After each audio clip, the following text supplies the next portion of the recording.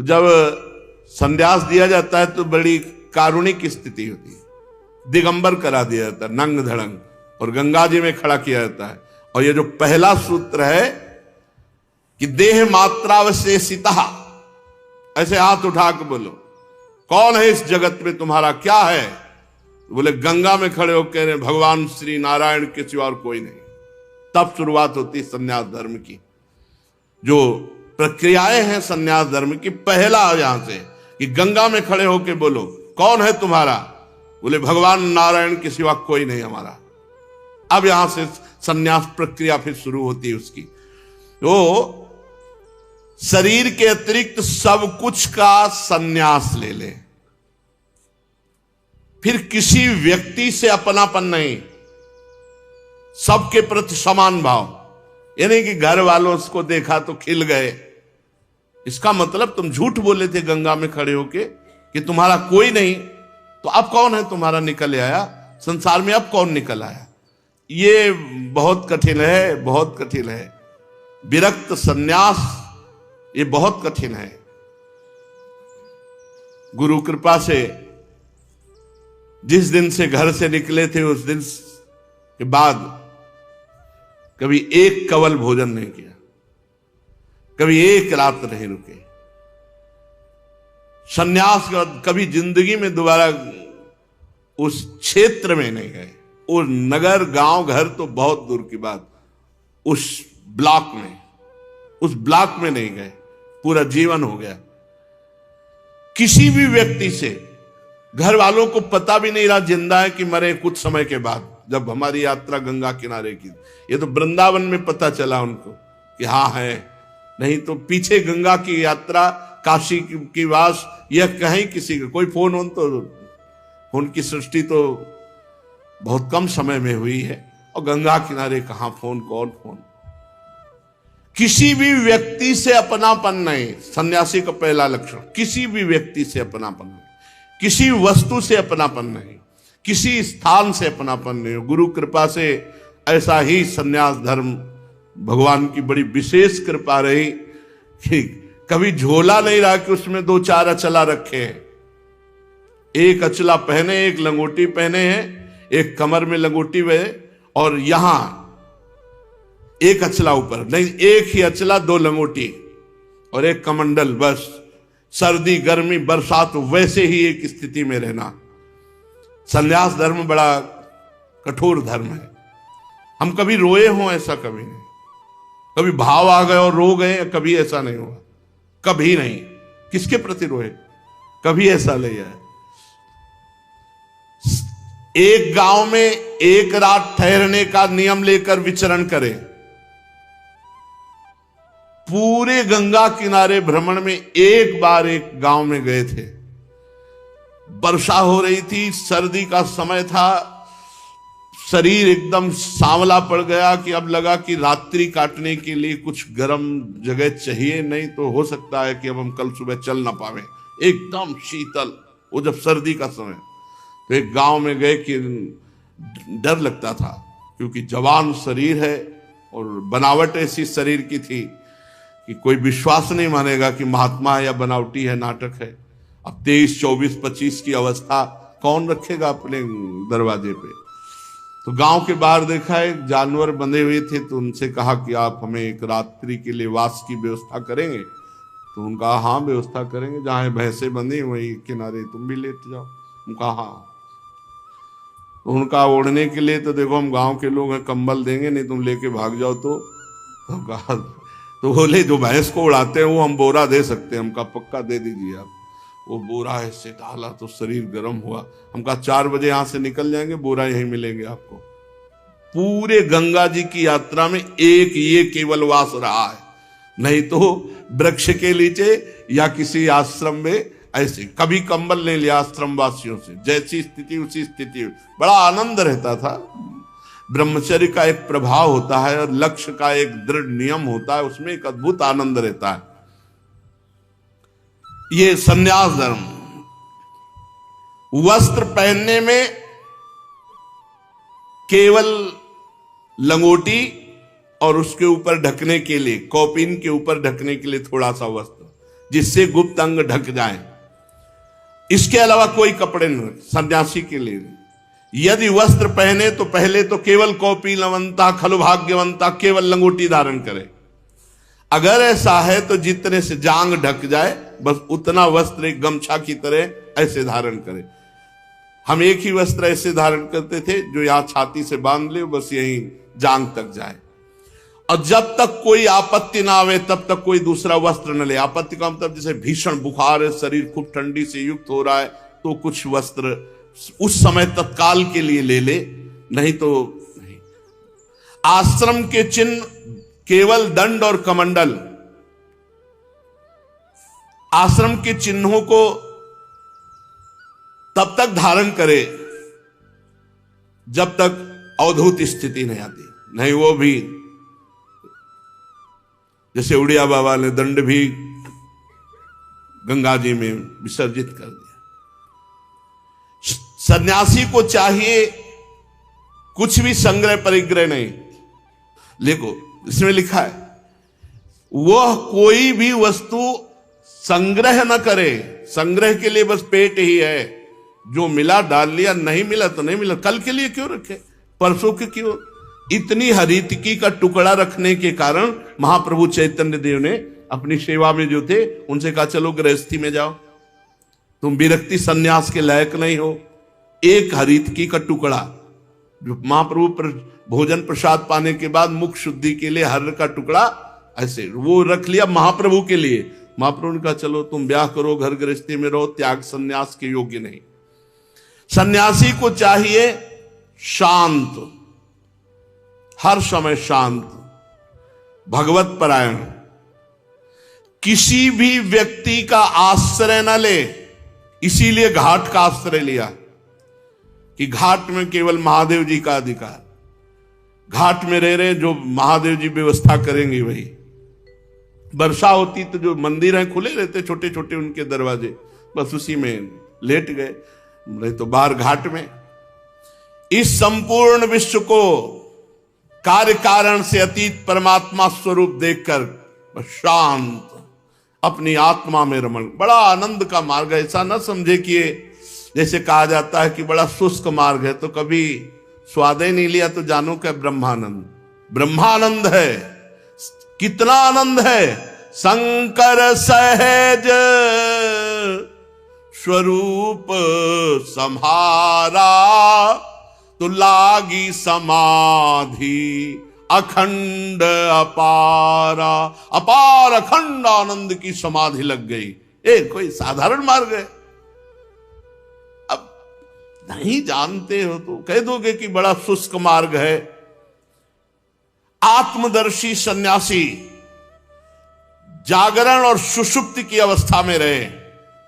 जागरण और सुषुप्ति की संधि, न सोता हुआ न जागता हुआ, हर समय परमात्मा में स्थित अपने स्वरूप में। भवबंधन से मुक्त होने के लिए जब सन्यास लिया गया तो केवल शरीर का परिग्रह, एक कौपीन, एक वस्त्र, कोई और परिग्रह नहीं, रखने के लिए कोई पात्र नहीं, पेट ही पात्र है।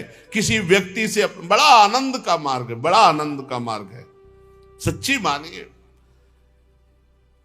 वो आनंद की लहरें जिसमें कई कई दिन भोजन न मिलने पर भी एक अद्भुत आनंद वो देखा है। ना तो शरीर की पीड़ाओं का और न शरीर की वंदना का अभिनंदन। शरीर की पीड़ाओं की परवाह नहीं, कोई प्रणाम नमस्कार बिल्कुल, कहीं कोई उसका आदर ही नहीं। जीवन केवल परमात्मा स्वरूप।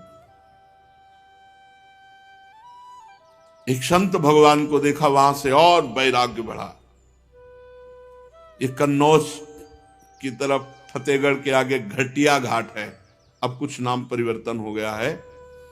उस घाट में जब हम कुछ दिन रुके गंगा के किनारे, तो एक संत को देखा कि वो केवल एक पतली सी मार्किन और एक लंगोटी, एक से एक त्यागी मां, और सर्दी का समय। और हमें लगा कि यार हमारे जीवन को धिक्कार, हम अपने को त्यागी समझते हैं और ये वयोवृद्ध हैं, वो इतना त्याग।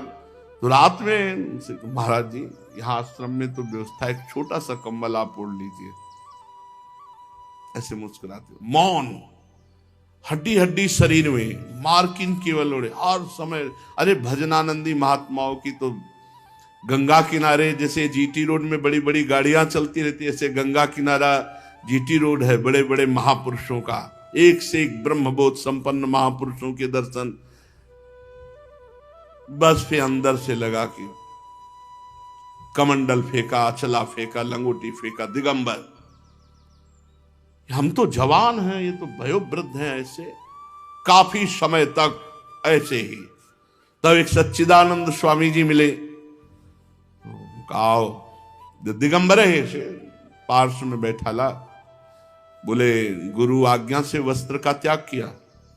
उनका नहीं, स्वतः। अच्छा अच्छा, बड़े ज्ञानी महात्मा थे। तो वस्त्र का त्याग क्यों किया? जब शरीर ही नहीं है तो फिर वस्त्र की क्या? हाँ हाँ, यही बात, जब आप शरीर नहीं तो वस्त्र पहनने में आपको क्या परेशानी? इस शरीर में वस्त्र डाल लेने में क्या परेशानी? हमको कोई परेशानी नहीं। तो बोले लीजिए पहनिए। उसी समय से फिर तो भगवान का आदेश, क्योंकि आना इस मार्ग में था, नहीं तो इस दर की कोई संभावना ही नहीं थी, कोई संभावना नहीं थी। जो मार्ग चल रहा था संभावना नहीं, तो महादेव जी ऐसे मोड़ दिए और हरिवंश महाप्रभु ने पकड़ करके रस में, नहीं तो संभावना ही नहीं थी। ना तो शरीर की होने वाली पीड़ा या मृत्यु, ना शरीर की वंदना अभिनंदन, किसी से कोई मतलब नहीं। आत्मवस्तु का प्रतिपादन करने वाले शास्त्रों का स्वाध्याय केवल, और जीवन निर्वाह के लिए कोई प्रयत्न नहीं। एक गांव में अगर रुकना है तो एक रात, वो भी गांव के बाहर कोई मंदिर, पाठशाला या वृक्ष आदि के नीचे, एक गांव में भिक्षा कर ले। एक भिक्षा की कई पद्धतियां हैं। यदि पवित्र विचार वाला है, एक जगह बैठ करके पा लिया, या 5 घरों से मांग लिया, पर दोबारा उसके यहां फिर नहीं। बड़ा संन्यास धर्म का अब तो कोई बिरला ही, अब तो भिक्षावृत्ति नहीं रह गई। अब सब अपने धामों में, तीर्थों में, काशी आदि पुरियों में वास कर रहे हैं, क्योंकि अब समय नहीं रह गया है कि हम किनके घरों में भिक्षा लें। जीवन निर्वाह के लिए कोई प्रयास न करे। जीवन निर्वाह भगवान के द्वारा होगा। अपने विरक्त होकर जीवन निर्वाह के लिए व्यवस्था न करे, कोई व्यवस्था नहीं। और कई कई दिन भोजन न मिलने पर भी वो क्षोभ को प्राप्त न हो, प्रयत्न न करे कि चलो आज भिक्षा नहीं मिली है कहीं भी नहीं, एक बार मांग लिया, नहीं मिला, प्रारब्ध खत्म। बहुत सी मंडली न जुटावे, व्याख्यान न दे, बड़े बड़े कर्म का आरंभ न करे, ये सन्यासी के लिए निषेध है। शांत, मौन, समदर्शी, एकांत सेवी सन्यासी अपने रहने के लिए आश्रम न बनावे, निषेध किया गया। अपने रहने के लिए आश्रम न बनावे। साधु के रहने की व्यवस्था ऐसे होनी चाहिए जैसे चूहे ने बिल बनाया और सांप रह गया और अपना निकल गया, ऐसे ही है। अपने ये मेरा है ऐसा कहीं संबंध नहीं होना चाहिए। बस एक जैसे थोड़ी देर स्टेशन में बैठे हैं, बढ़िया है, लेकिन भैया जाना है, गाड़ी आएगी, अपनी गाड़ी में बैठेंगे, चले जाएंगे, हमारा कुछ नहीं स्टेशन में। ऐसे ही जीवन व्यतीत करना चाहिए, हमारा नहीं, अपना कुछ नहीं है, कहीं भी अपना नहीं। और गुरु कृपा से ऐसे ही जिस जगह रह रहे वो जगह नहीं हमारी, उसका बिल भी जिसका फ्लैट है आज भी भर रहा है, हर व्यवस्था कर रहा है। भगवान की कृपा से आज भी ऐसा नहीं कि प्रेमानंद मर गए, अंगूठा लगा लो यार, दस्तखत करवा लो, नहीं तो चला जाए, कुछ नहीं। जैसे घर से भगवान ने निकाला था आज भी वैसे ही है, कोई वस्तु हमारी नहीं है। हाँ, अब सत्संग है तो उन्होंने हाल बनवा दिया है, और उसके लिए एक व्यवस्था कर दी, सत्संग कर लिए। वास है तो वास की व्यवस्था उन्होंने कर दी। अपना नहीं है कुछ, सरकारी कागज में कहीं भी प्रेमानंद नाम नहीं है, कहीं भी बैंक में कहीं भी नहीं है, और जीवन में कभी नहीं। इसे स्वीकार इसीलिए किया है कि भगवत कार्य हो रहा है तो चलो हाँ कर दो, लेकिन तुम चार मिल करके, हम कहीं नहीं है। और तुम्हारा ठेका हम लेते हैं, यदि आज्ञा के अनुसार धर्म के अनुसार चलोगे तो ना तुम्हें ये फंसा पाएगी ना माया फंसा पाएगी। न ये मेरी न ये तेरी, ये वृंदावन भूमि है, श्री जी की है, श्री जी का जस गाओ, चलो श्री जी के पास। इसके लिए व्यवस्था है। तो सन्यासी को चाहिए अपने रहने के लिए भी वो निर्माण की व्यवस्था ना करे, ऐसा शास्त्र आज्ञा करते हैं। और वो चाहे तो अपने आश्रम के सन्यास चिन्हों को छोड़ सकता है, शास्त्र आज्ञा कर रहा है। अगर वो चाहे तो सन्यास के चिन्ह ना यते आश्रम प्रायो धर्म हेतु महात्मन शांतस्य समचित्तस्य बिर्भयादुत वात्यजेत, वो अपने आश्रम चिन्हों को त्याग सकता है। उसके पास कोई आश्रम का चिन्ह ना हो, परंतु वो अपने आत्मानुसंधान में ही मगन रहे, व्यवहार में नहीं। एकांत ऐसे भी सन्यासियों के दर्शन हुए। किसी भी तरह का आप जान ही नहीं सकते सन्यासी है, किसी भी तरह का कोई भी लक्षण। एक परमहंस जी रह रहे हैं अपने वृंदावन में, उनको बहुत वर्षों से तो हम ही जानते हैं। बनियान किसी के घर में सूख रही है तो अंगोछा किसी के घर में सूख रहा है, भोजन कहीं होगा तो शयन कहीं होगा, बाल भोग कहीं हुआ तो, और ये ब्रजवासियों के घर में रहते हैं, किसके घर में मिलेंगे ये कुछ पता नहीं। एक दो बार आए हैं, हितधाम में भी तो आए हैं। उच्च कोटि के जो महापुरुष होते हैं उनको समझना बड़ा मुश्किल। वो आश्रम के चिन्हों को धारण करे चाहे छोड़ दें, उनके पास कोई आश्रम का ना चिन्ह हो, पर वो आत्मानुसंधान में मगन रहे, व्यवहार प्रपंच में नहीं। अत्यंत विचारशील होने पर पागल जैसे दिखाई देने चाहिए, शास्त्र आज्ञा करता है। बहुत ज्ञानी होने पर भी पागलों जैसा व्यवहार होना चाहिए। और ऐसे बहुत से संत हमें काशी में मिले जो उच्च कोटि के ब्रह्म ज्ञानी, लेकिन व्यवहार ऐसा, लोग कुल्हड़ चाय पी के ऐसे ऊपर मार रहे हैं। देखा तो हमका गजब हो गया है। विश्वनाथ जी बड़ी विचित्र लीला है। वो ऐसे जा रहे नंग धड़क, ऐसे कुल्हड़ चाय पी के ऐसे फिर तालियां बजा रहे हैं ऐसे, और वो गंभीर मुद्रा में जा रहे हैं। अत्यंत प्रभावशील तपस्वी होने पर भी साधारण पुरुषों की दृष्टि में पागल और गूंगे से ज्यादा नहीं। ऐसी स्थिति दिखाओ कि पागल है, गूंगा है, बिल्कुल दिमाग नहीं, असाधारण प्रभाव, संकल्प कर ले तो एक क्षण में नष्ट हो जाए, असाधारण प्रभाव। युधिष्ठिर जी, इस विषय में महात्मा लोग एक प्राचीन इतिहास वर्णन करते हैं, वो परम अवधूत शिरोमणि दत्तात्रेय जी का और भक्तराज प्रहलाद का संवाद। एक बार भगवान के परम प्रेमी भक्त श्री प्रहलाद जी कुछ मंत्रियों के साथ लोगों के हृदय की बात जानने के लिए गुप्त रूप से विचरण कर रहे थे।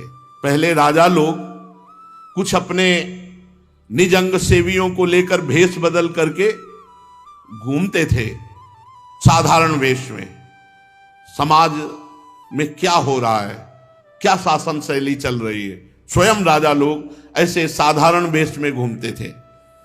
तो घूम रहे थे तो देखा कि पृथ्वी पर एक अवधूत लेटे हुए हैं। पर प्रहलाद जी उच्च कोटि के महात्मा, दृष्टि गई तो बोले साधारण तो है नहीं, इनके नेत्रों की ज्योति बता रही कि कोई उच्च कोटि के हैं। पर कोई आश्रम चिन्ह नहीं, कंठी तिलक कोई कुछ नहीं, बाहरी कोई ऐसी वेशभूषा नहीं जिससे जाना जा सके महात्मा।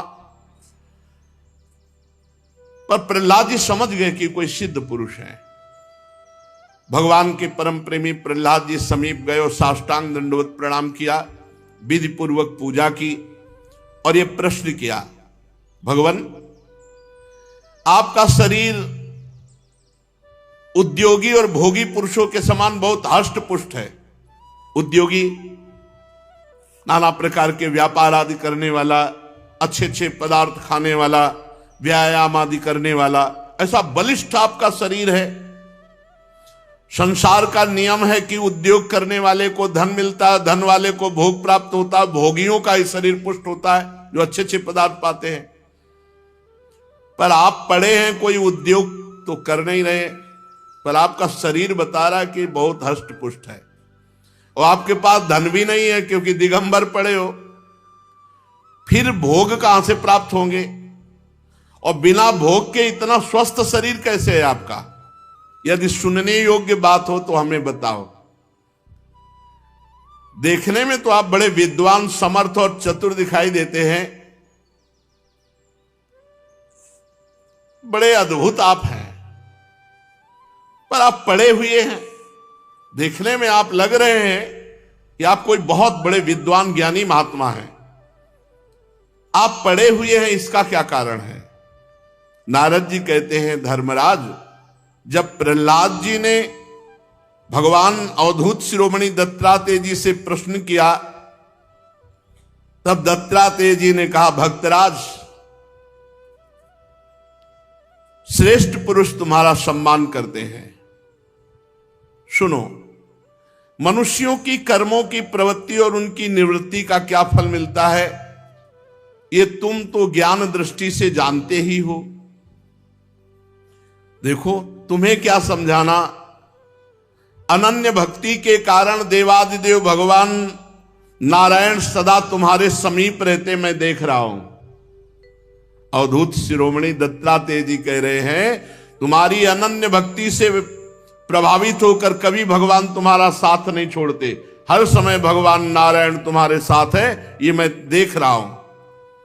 जैसे सूर्य अंधकार को नष्ट कर देता है, ऐसे ही भगवान ने तुम्हारे अज्ञान का नाश कर दिया है, तभी पहचान पाए इतने बड़े महापुरुष को।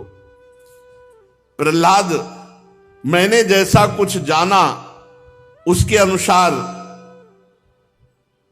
मैं तुम्हें उत्तर देता हूं।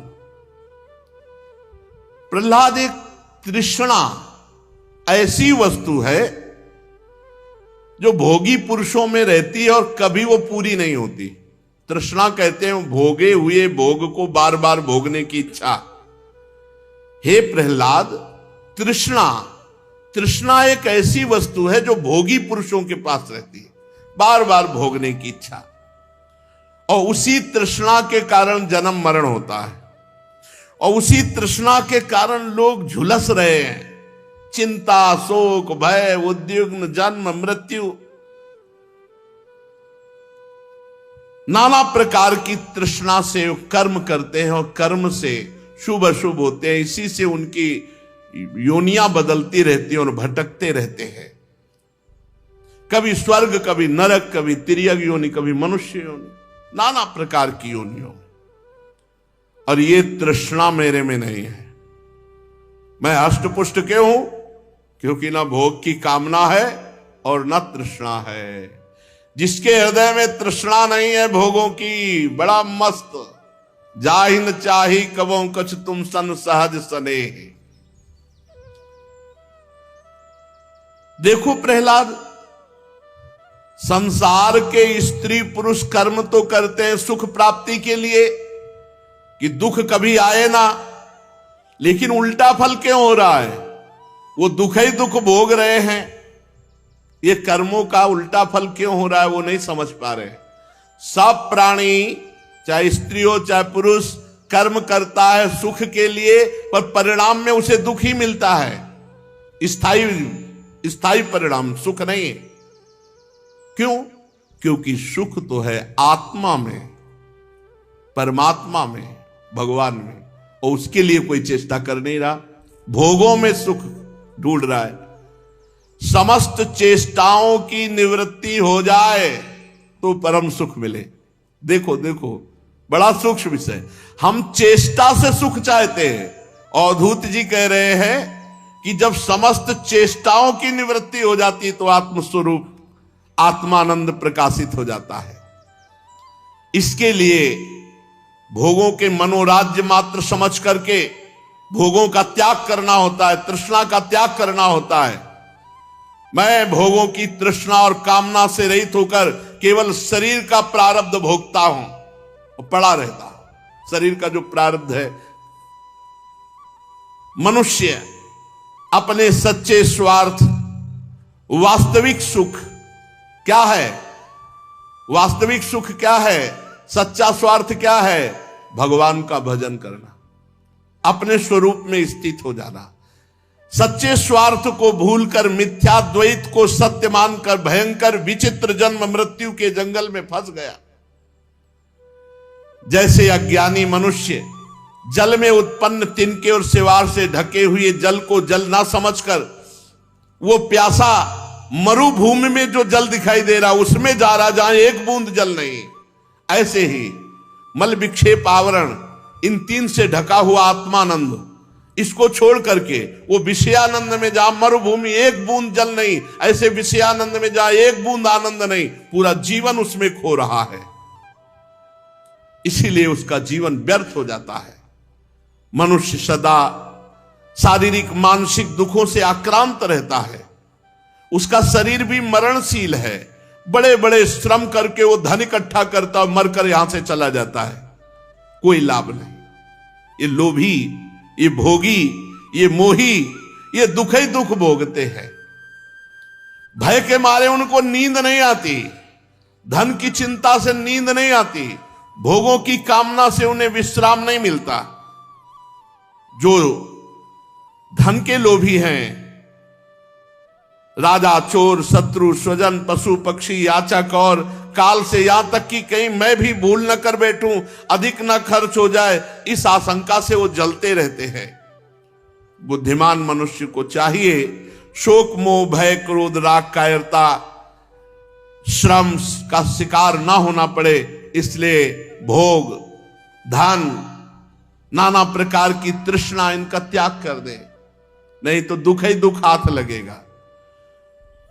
मैं सबसे मस्त रहता हूं, न धन की चिंता है, न किसी से मोह है, और न मैं शरीर की चिंता करता हूं। इसका प्रारब्ध है जो हो जाता है। कभी कभी अच्छे पदार्थ मिल गए, कभी भूखे रह गए, शरीर का प्रारब्ध। इस लोक में सबसे बड़े गुरु हैं मेरे अजगर और मधुमक्खी। वो 24 गुरुओं की एकादशी स्कंद में है। इसमें कह रहे प्रहलाद जी से कि मेरे सबसे बड़े गुरु हैं अजगर। अजगर करे न चाकरी, पंछी करे न काम, दास मलूका कह गए सबके दाता राम।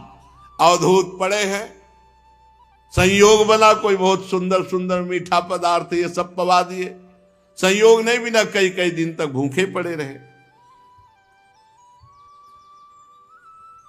शिक्षा हमने ली वैराग्य की और संतोष की।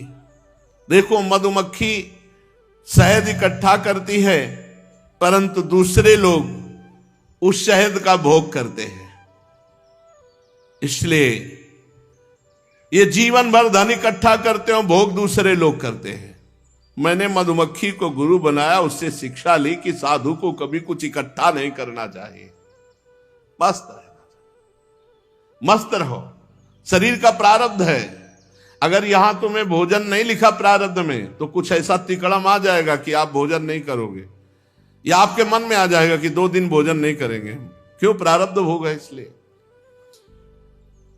और अजगर से मैंने शिक्षा ली कि जैसे वो निश्चेष्ट पड़ा रहता है, आहार स्वयं आ जाता है नजदीक, ऐसे साधु को रहना चाहिए। आहार स्वयं आ जाएगा, अपने आप आ जाएगा, विश्वास कर लीजिए, व्यवस्था अपने आप हो जाएगी। दैववश भगवान की प्रेरणा से साधु के पास जो थोड़ा अन्न आ जाए, सूखा आ जाए, नीरस आ जाए, बेस्वाद आ जाए, या बहुत गुणों से युक्त स्वादिष्ट आ जाए, बस पा लेना चाहिए। ये बहुत मस्ती का मार्ग है, बहुत मस्ती का। बाबा जी बनना बहुत मस्ती का मार्ग है, पर सही मार्ग हो तब। पाखंड और नाटक में तो जलते रहोगे फिर।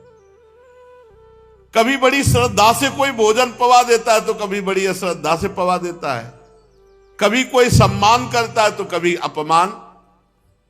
कभी कभी तो रात में भोजन मिल जाता है तो रात में पा लिया, कभी दिन में मिल जाता है दिन में पा लिया, कभी एक बार मिला तो एक बार पा लिया, कहीं कई दिन नहीं मिला तो कई दिन नहीं पाया।